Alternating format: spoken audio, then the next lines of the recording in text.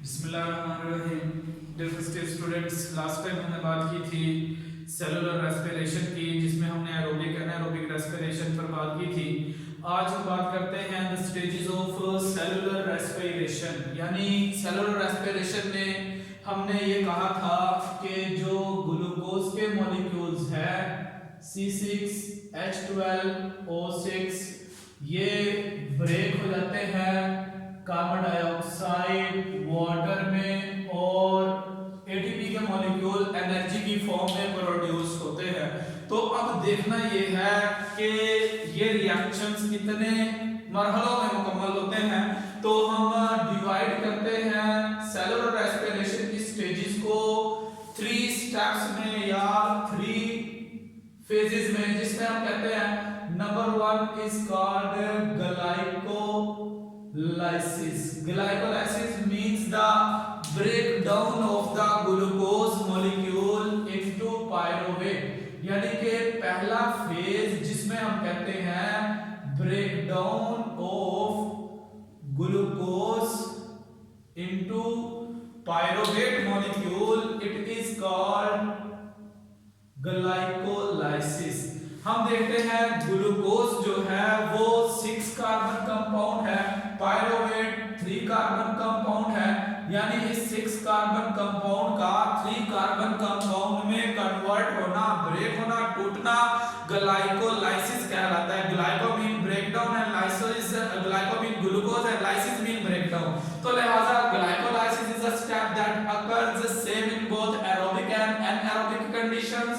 और इसके बाद हम देखते हैं कि जो नेक्स्ट फेज है हम इसको कहते हैं it is called Krebs cycle. बल्कि पायरुवेट जो था ये पायरुवेट ऑक्सीडाइज होता है, ऑक्सीडेशन ऑफ पायरुवेट, यानी कि पायरुवेट की मजीद ब्रेकडाउन क्रेब्स साइकिल के जरिए से होती है जो माइटोकॉन्ड्रिया में होती है।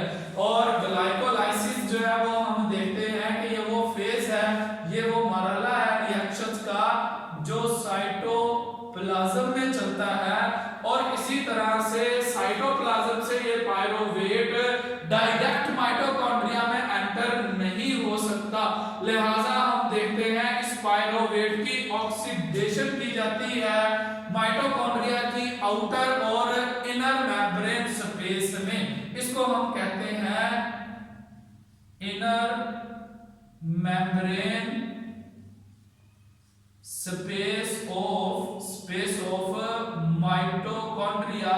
Then this molecule of the pyruvate is able to enter into the Krebs cycles for complete breakdown of the carbon atom. इस तरह से हम कहते हैं कि जब ग्लूकोज से ब्रेकडाउन होकर ग्लाइकोलाइसिस के जरिए से पायरुवेट पैदा होता है, पायरुवेट की मजीद ब्रेकडाउन माइटोकॉन्ड्रिया में होती है जो बराह रास्त पायरुवेट को इनटेक नहीं करता, बल्कि ऑक्सीडेशन के जरिए से पायरुवेट को एसिटाइल कोएंजाइम ए की मदद से माइटोकॉन्ड्रिया तक पहुंचाया जाता है। इस स्टेज को हम कहते हैं ऑक्सीडेशन ऑफ पायरुवेट। और इसी तरह से जो नेक्स्ट फेज है इसको हम कहते हैं it is called Krebs cycle. Krebs cycle को जो है वो हम देखते हैं ये माइटोकॉन्ड्रिया में चलता है। It runs in the matrix of mitochondria, यानी माइटोकॉन्ड्रिया का जो मैट्रिक्स है वहां पर डार्क रिएक्शंस में क्रेब्स साइकिल जो है, सॉरी डार्क रिएक्शन में नहीं, रेस्पिरेटरी रिएक्शन में क्रेब्स साइकिल चलता है। और इसी तरह से लास्ट फेज जो है वो हम कहते हैं it is called respiratory chain. Respiratory chain कहते हैं इसको, जो कि चलती है इनर मेम्ब्रेन ऑफ माइटोकॉन्ड्रिया, जिसको हम कहते हैं क्रिस्टी वाली जो मेम्ब्रेन है, इनर मेम्ब्रेन ऑफ माइटोकॉन्ड्रिया। तो इस तरह से ये रेस्पिरेटरी स्टेजेस जो है सेलुलर लेवल पर माइटोकॉन्ड्रिया के अंदर मुकम्मल तौर पर इस ग्लूकोज के मॉलिक्यूल की ब्रेकडाउन हो जाती है, जहां से हम देखेंगे क्रेब्स साइकिल में कार्बन डाइऑक्साइड रिलीज हो रहा होता है और इसी तरह से ग्लाइकोलाइसिस में ही वाटर प्रोड्यूस हो जाता है।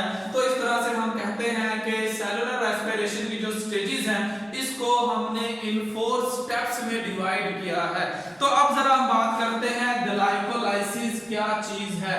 तो सबसे पहले हम देखते हैं ग्लाइकोलाइसिस, इट्स लिटरल मीनिंग जो है हम कहते हैं break down of glucose. It is the break down of glucose into pyruvate.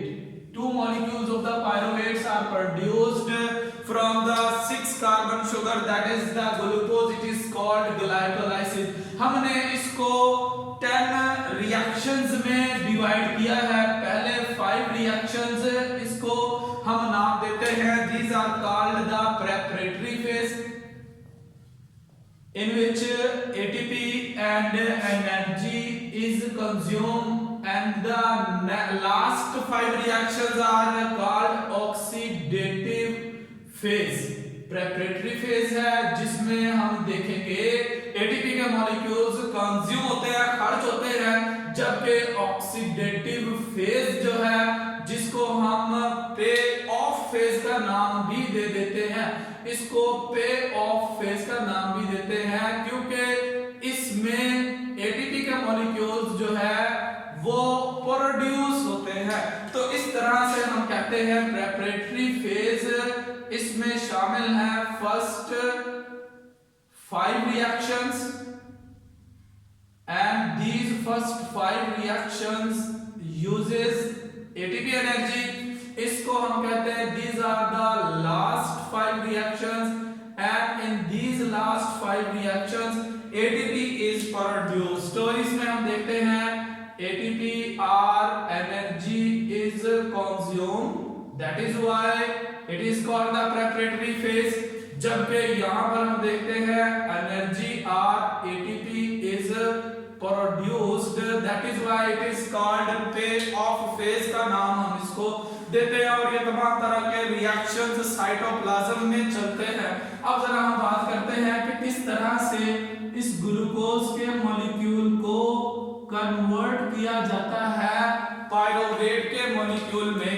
तो सबसे पहला रिएक्शन हम देखते हैं number 1, it is occurs by the use of an ATP molecule, and this ATP molecule is consumed and the glucose is converted into glucose 6-phosphate. Glucose 6-phosphate by use of first ATP molecule it is produced. Next हम देखते हैं इस glucose 6-phosphate के molecule को convert कर दिया जाता है इसके एक आइसोमर में जिसको हम नाम देते हैं it is the fructose 6-phosphate. An enzymes that is called the isomerase perform this reaction, and the enzymes glucokinase perform the first reaction or the hexokinase.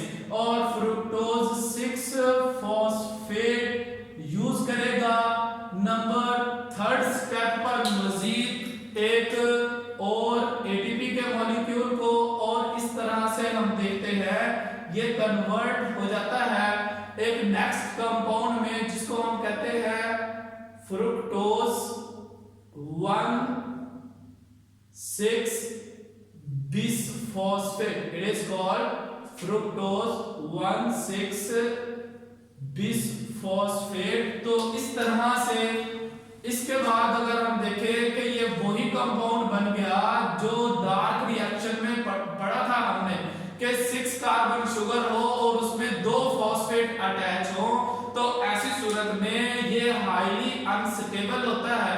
और हम देखते हैं इस मरहले में ये अनस्टेबल कंपाउंड जो कि 6 कार्बन है और इसमें 2 फॉस्फेट अटैच है, ये 3-3 कार्बन वाले 2 कंपाउंड में टूट जाता है जिसको हम नाम देते हैं डाईहाइड्रोक्सी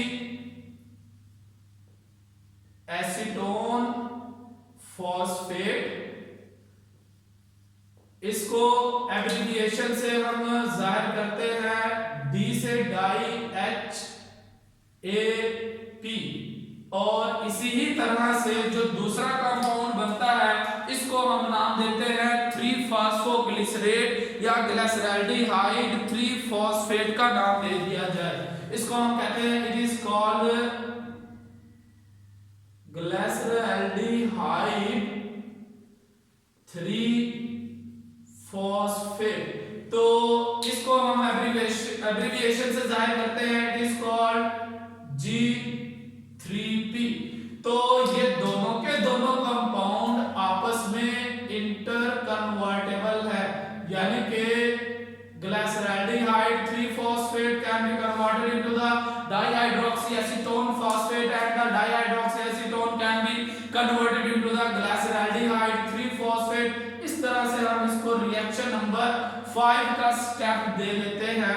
तो इस तरह से ये फर्स्ट 5 रिएक्शंस है, these are called the preparatory phase. हम इसको कहते हैं प्रेपरेटरी फेज। देखें, 2 एटीपी के मॉलिक्यूल जो है वो कंज्यूम हो रहे हैं, तो इस तरह से यही वजह है कि हमने इनको नाम दिया है these are called preparatory phase because they are using the energy of ATP molecule, और जो एटीपी इस्तेमाल होता है उसका फॉस्फेट इस सबस्ट्रेट में ऐड हो जाता है।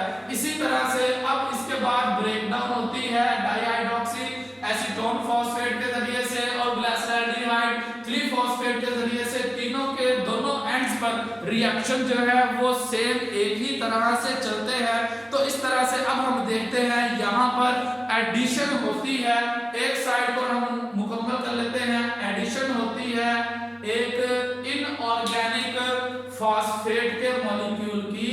तो इस तरह से ये 3-फॉस्फोग्लिसरैल्डिहाइड 3-फॉस्फेट है या डाइहाइड्रोक्सी एसीटोन फॉस्फेट है, ये कन्वर्ट हो जाता है 1,3-बिसफॉस्फोग्लिसरेट।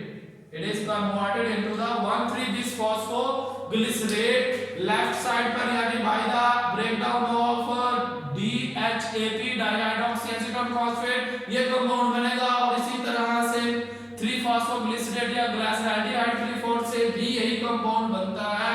और इसके नतीजे में हम देखते हैं जिस एंड पर इस कंपाउंड में ये इनऑर्गेनिक फॉस्फेट ऐड हो रहा है वहां से एक NAD का मॉलिक्यूल NADH में कन्वर्ट हो जाता है। तो इस तरह से उस उतरने वाले हाइड्रोजन की जगह पर यह फॉस्फेट अटैच होता है और कंपाउंड बन जाता है 1,3-बिसफॉस्फोग्लिसरेट। अब अगले स्टेप में हम देखते हैं कि एक फॉस्फेट यहां से उतार लिया जाता है, it is the reaction number 6। अब इसको रिएक्शन नंबर 6 का नाम देते हैं। और इसी तरह से 7 नंबर के रिएक्शन में हम ये देखते हैं कि एक फॉस्फेट के मॉलिक्यूल के उतरने से एक एडीपी का मॉलिक्यूल एक एटीपी के मॉलिक्यूल में कन्वर्ट हो जाता है। अब देखें, एक फॉस्फेट यहां से उतर जाएगा और ये कंपाउंड बन जाएगा ग्लिसरैल्डिहाइड 3-फॉस्फेट का नाम दे या 3-फॉस्फोग्लिसरेट का नाम दे दे। इस तरह से ये कंपाउंड बनेगा 3-फॉस्फोग्लिसरेट और इसका एक उतरने वाला फॉस्फेट एक एडीपी का मॉलिक्यूल बना देता है। तो इसी तरह से नेक्स्ट रिएक्शन नंबर 8 है, इसमें हम देखते हैं इस फॉस्फेट की पोजीशन को बदला जाता है, यानी एक कंपाउंड है, एक एंजाइम है ट्रांसफेरेज, वो क्या करता है फॉस्फेट को 2 नंबर ऑफ कार्बन से 3 नंबर से 2 पर शिफ्ट करता है। लिहाजा हम इसको कहते हैं 3-फॉस्फोग्लिसरेट से जो कंपाउंड बनेगा इट इज द 2-फॉस्फोग्लिसरेट, यानी सिर्फ और सिर्फ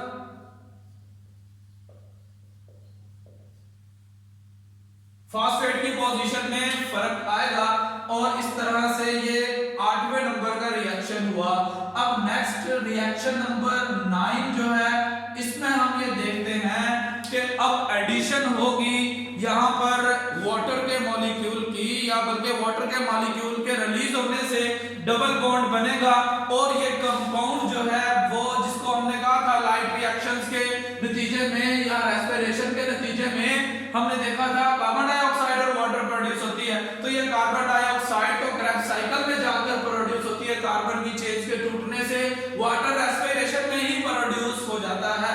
अब देखें यहां से by the release of water molecule, पानी के मॉलिक्यूल के निकलने से ये जो कंपाउंड था ये बदल जाता है, इसको हम कहते हैं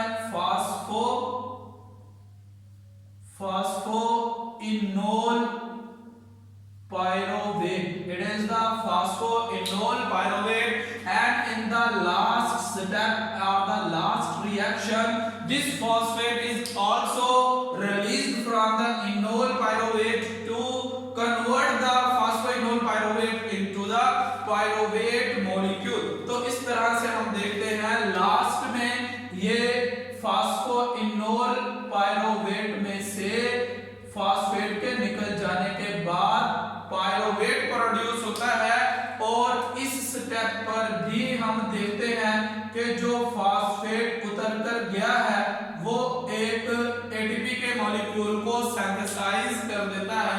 तो इस तरह से इस एंड पर भी सेम यही फेज जो है, यही चेन जो है वो चलती है। इस तरह से हम देखते हैं कि दो एटीपी के मॉलिक्यूल जो है वो प्रोड्यूस यूज हुए थे प्रेपरेटरी फेज में, लेकिन यहाँ पर देखें आप एक एटीपी का मॉलिक्यूल और एक एटीपी का मॉलिक्यूल ये है, दो एटीपी का मॉलिक्यूल इस डाइहाइड्रोक्सी एसीटोन की कन्वर्जन से, ब्रेकडाउन से, और ग्लिसरॉल्डिहाइड 3 फॉस्फेट से भी दो 4 एटीपीज के मॉलिक्यूल जो है वो प्रोड्यूस हो जाएंगे। और उसके साथ साथ देखें तो दो NADH के मॉलिक्यूल यहाँ पर प्रोड्यूस हुए हैं, और इस तरह से हम देखते हैं कि इन ग्लाइकोलाइटिक रिएक्शंस में, ग्लाइकोलाइसिस के रिएक्शंस में हमने ग्लूकोज को ब्रेक डाउन किया, ग्लूकोज की तोड़-फोड़ की और पायरुवेट पैदा कर दिया, जो कि लास्ट फेज है ग्लाइकोलाइसिस के रिएक्शंस।